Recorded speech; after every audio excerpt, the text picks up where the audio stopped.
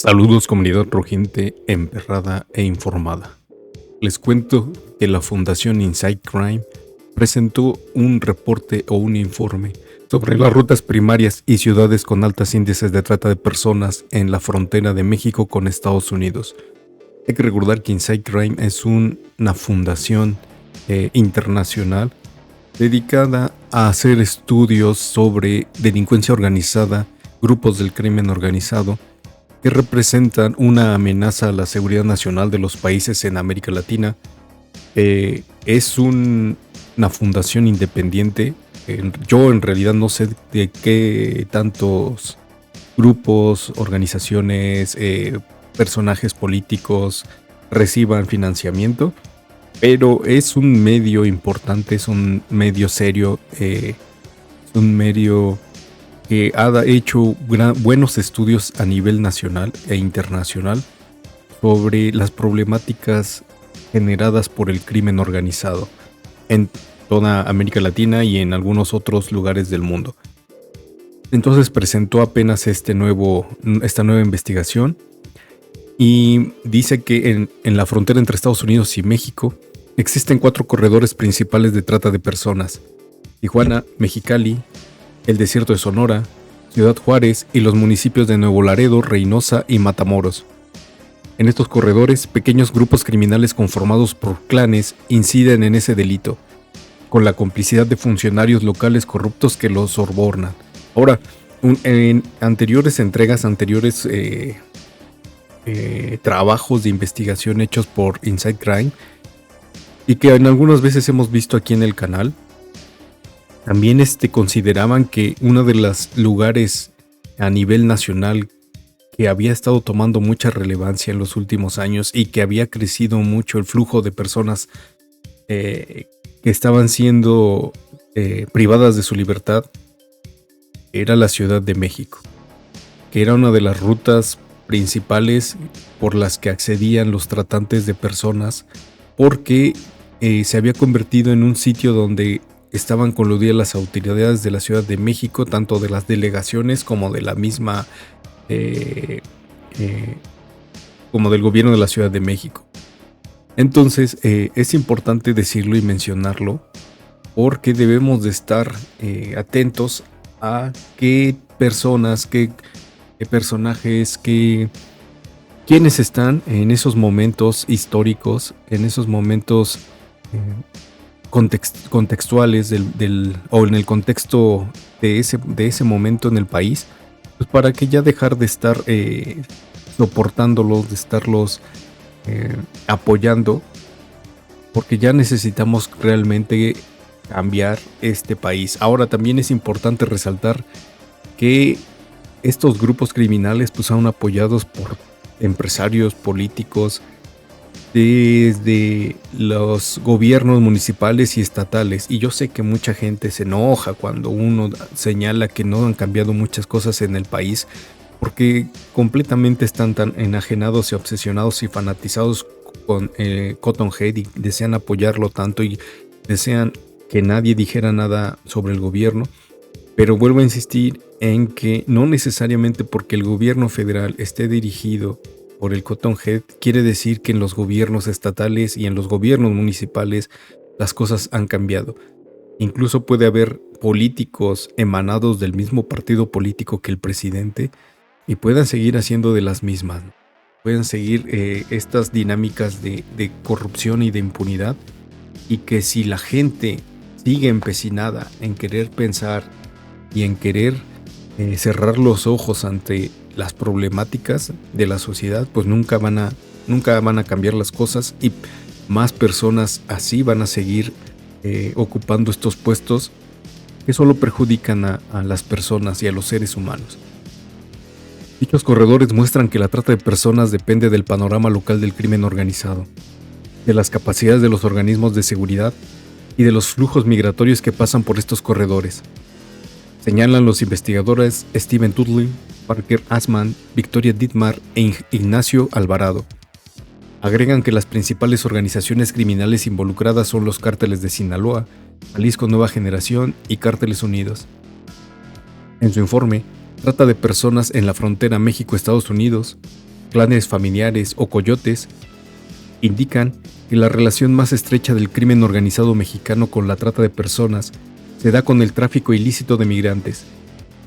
Ambos delitos son distintos, pero los migrantes vulnerables suelen ser obligados a trabajar para los grupos del crimen organizado o son explotados sexualmente por individuos oportunistas responsables de guiarlos para determinada área. El corredor Tijuana-Mexicali. Los principales actores de la trata de personas en el corredor Tijuana-Mexicali son proxenetas locales y clanes familiares, que operan en esta parte de la frontera y en conexión con ciertos estados del centro de México como Puebla y Tlaxcala. Dichas redes utilizan diversas tácticas para capturar a sus víctimas, como ofertas fraudulentas de trabajo y falsas promesas de relaciones. Se estima que puede haber cientos de células dedicadas a la trata, conformadas por de 4 a 20 personas, que ejercen la explotación sexual de mujeres y niñas entre la ciudad fronteriza de Tijuana y Mexicali.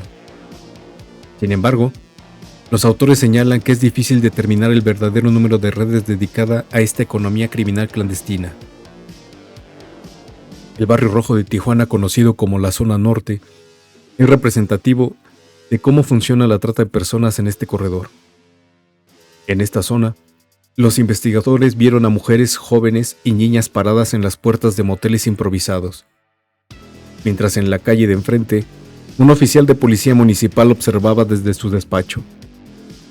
A la vuelta de la esquina había varios bares y burdeles, cada uno de los cuales permanece en su propia zona gris entre lo legal y lo ilegal. Venta de licor de contrabando, alojamiento de migrantes indocumentados o trata de niñas y mujeres.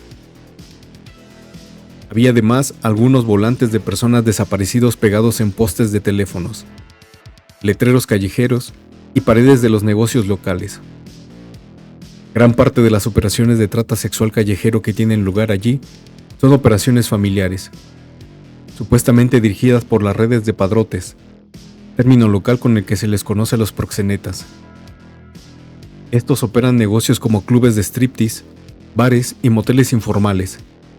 Sus víctimas suelen ser mujeres migrantes procedentes de Centro y Sudamérica, así como los que han llegado desde Chiapas, Oaxaca y Puebla.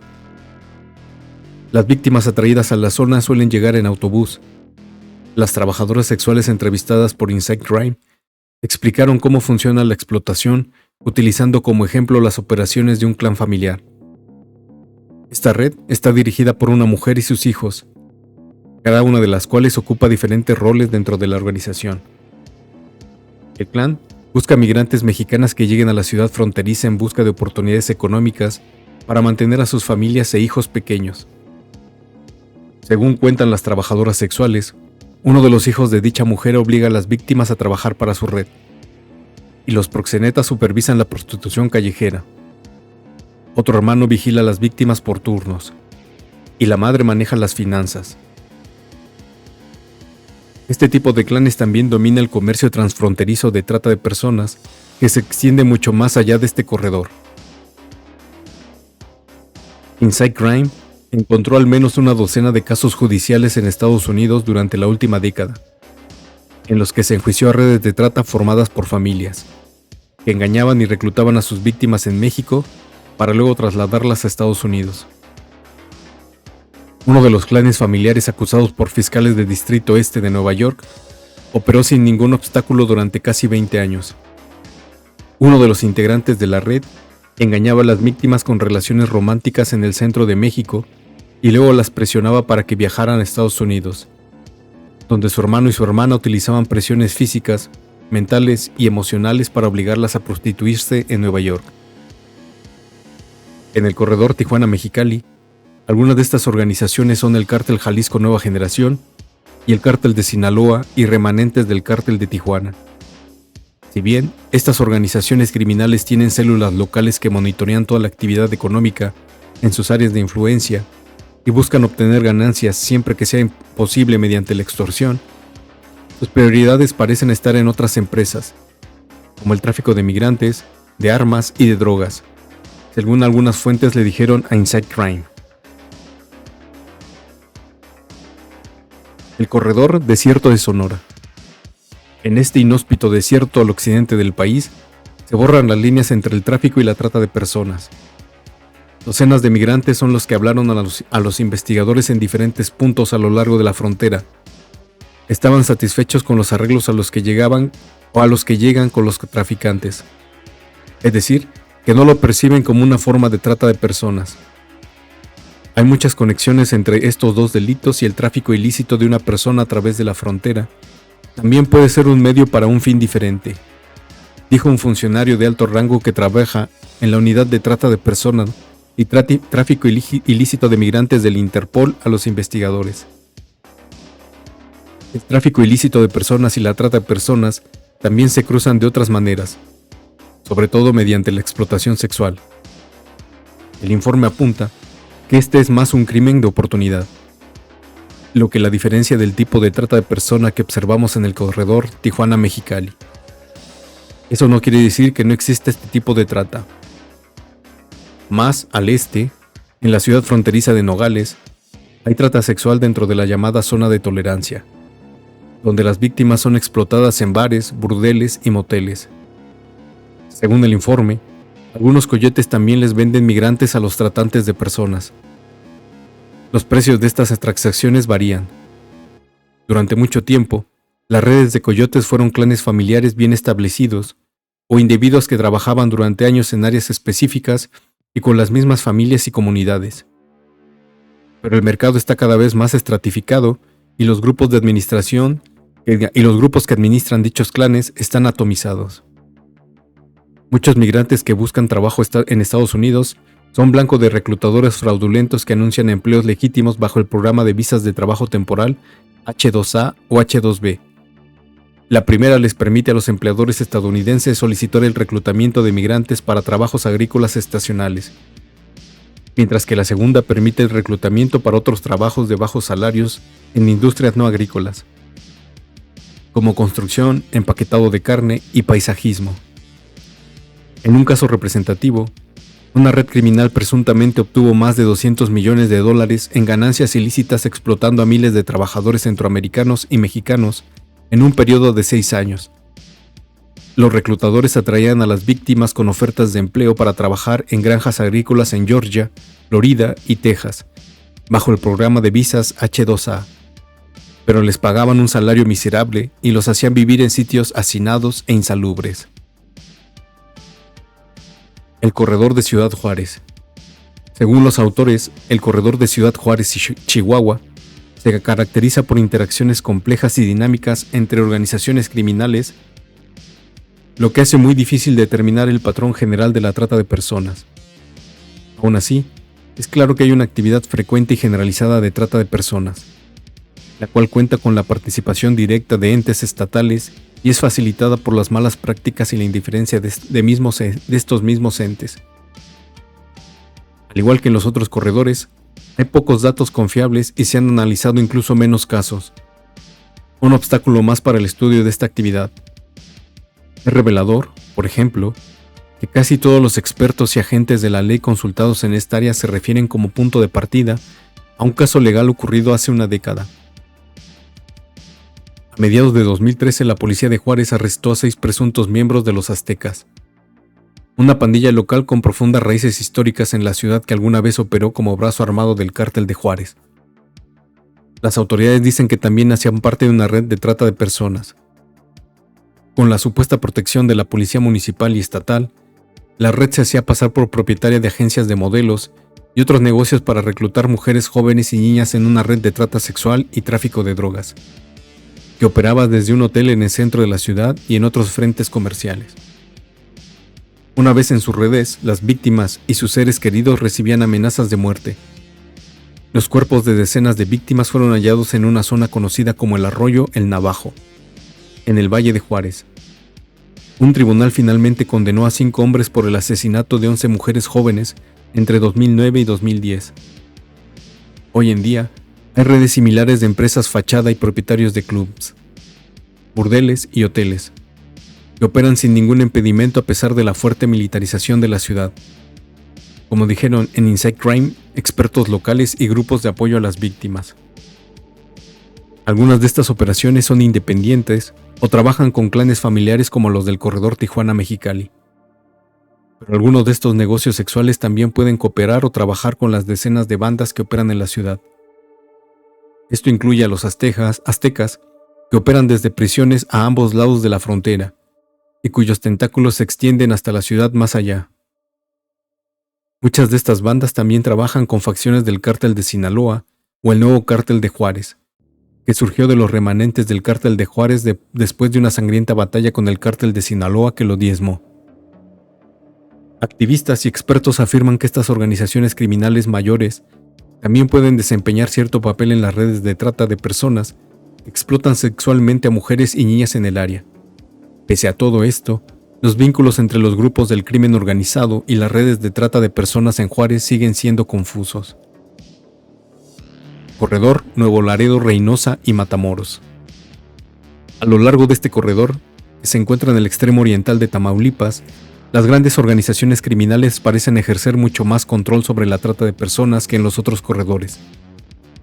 Si bien investigadores encontraron algunas leves diferencias entre las organizaciones criminales en las tres principales ciudades de la región, estos son mucho más activas que las redes del occidente del país. En Nuevo Laredo, por ejemplo, se impone el cártel del noroeste. Al parecer, tiene presencia en todas partes, incluso en uno de los refugios que la ciudad tiene para los migrantes, donde se observó a 3 hombres en una camioneta blanca dando vueltas alrededor de las instalaciones. Con las ventanillas abajo, pasaban lentamente por la puerta lateral por donde entraban camionetas cargadas de migrantes. Fue una muestra siniestra de fuerza y poder. El cártel del noroeste surgió de los remanentes de los Zetas. La mayoría de sus líderes son familiares de los miembros fundadores de esa organización. Varios expertos y fuentes consultadas por Inside Crime en Nuevo Laredo dijeron que el cártel del noroeste es el árbitro en esta ciudad fronteriza, pues dirimen todo tipo de asuntos, desde la resolución de disputas vecinales hasta el control de flujo de drogas, personas y otras mercancías en este tramo entre Estados Unidos y México, el cruce terrestre más transitado de toda la frontera. La participación directa del grupo en la trata de personas se superpone con el tráfico ilícito de migrantes, quienes llegan a la ciudad sin la clave adecuada, es decir, sin el código que confirma que han pagado por el permiso para cruzar, suelen ser retenidos y a veces obligados a trabajar para el cártel del noreste. Ello puede incluir el trabajo forzoso en casas de refugio o el cruce de la frontera llevando drogas. Sin embargo, no está claro hasta qué punto ocurre esto último, dado el aumento del tráfico de drogas sintéticas como la metanfetamina y el fentanilo. Muchos cargamentos de drogas pasan por los puertos de entrada en vehículos de pasajeros o en tractocamiones. Y los grupos criminales como el Cártel del Noroeste no se arriesgan a recurrir a los migrantes para que trafiquen esas drogas a través de zonas remotas de la frontera.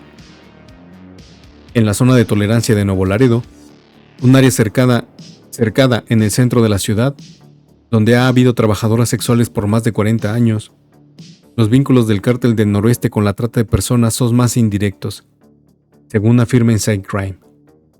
Algunas mujeres ingresan al trabajo sexual sin coerción criminal, como señalan los expertos, pero otras son engañadas, atraídas por otros tipos de empleo, tras lo cual caen en la trampa. Según la investigación, dada la constante victimización de los migrantes, los grandes flujos de personas a través de esta región se encuentran entre los más altos en esta parte de la frontera, y la fragmentación de los grupos del crimen organizado que controlan toda la actividad ilícita allí, este parece ser uno de los sitios donde se concentra la trata de personas entre la frontera de Estados Unidos y México. No hay duda de que existen grupos más pequeños, muchos de los cuales no tienen un papel importante en el tráfico de drogas, que buscan ingresos de actividades criminales con menores barreras de entrada. La trata de personas es una de esas actividades que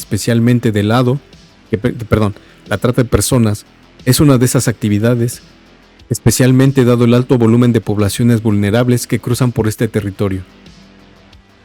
Más al este, en la ciudad fronteriza de Matamoros, algunas facciones del Cártel del Golfo, específicamente los Ciclones y los Escorpiones, mantienen una supervisión similar sobre la prostitución y el trabajo sexual en la zona.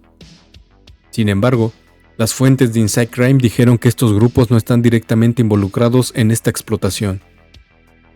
Tienen un supuesto código que dicta que los miembros no deben hacer daño a mujeres o niñas, aunque algunos miembros suelen romper esas reglas internas.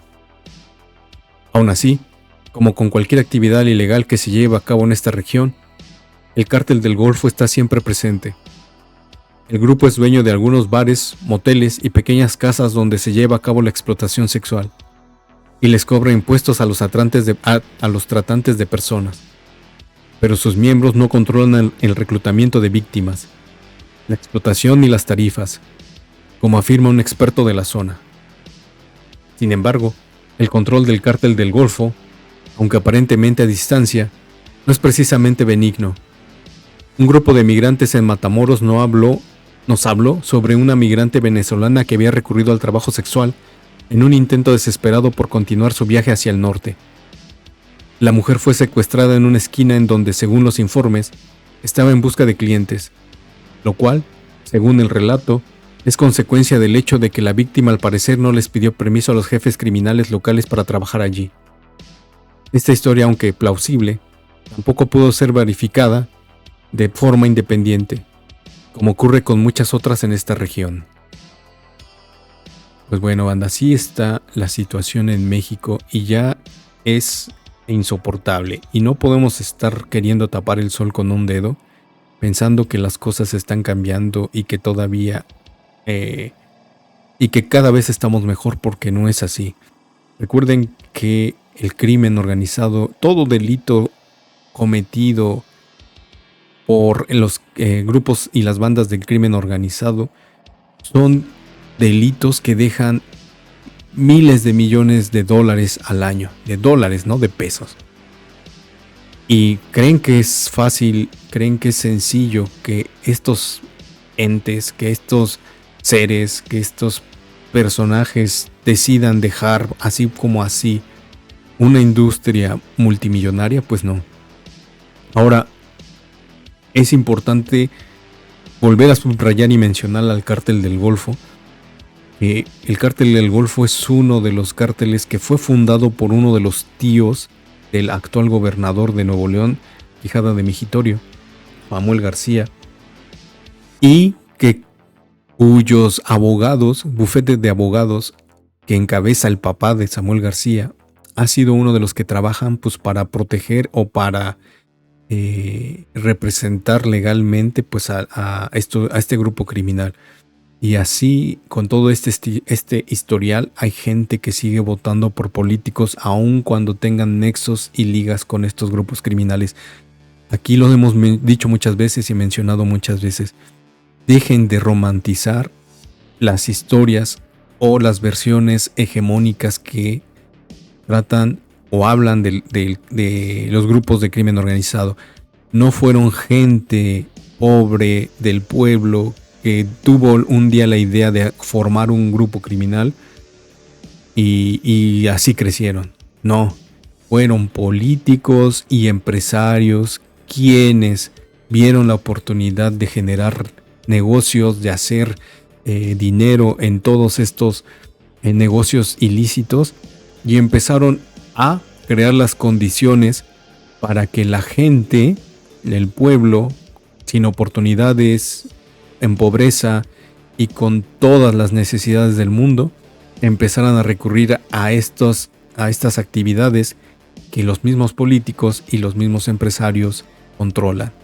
No hay una historia de valentía, ni de superación, ni de aspiracionismo en esto, ¿no? Por más que la hegemonía, el discurso hegemónico de las series, de las películas, de las novelas quieran pintar que fueron gente del pueblo quienes crearon estos grupos, ¿no? Incluso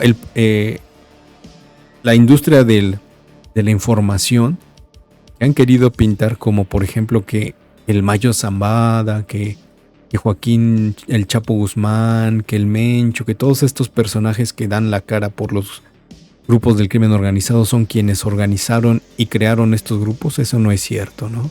Solamente son personas que dan la cara, pero los verdaderos líderes están en la política y están en el empresariado mexicano. Hay que empezar a tener ya más dignidad, más empatía y mostrar indignación por estos delitos que lo único que hacen es explotar la vida de un ser humano, y que si seguimos permitiendo podemos ser víctimas indirectas o directas de este tipo de delincuencia, de este tipo de delito. Basta ya de estar siendo unas focas aplaudidoras de todo político, y es momento de empezar a exigir verdaderas soluciones para problemáticas que ponen en riesgo la vida de un ser humano.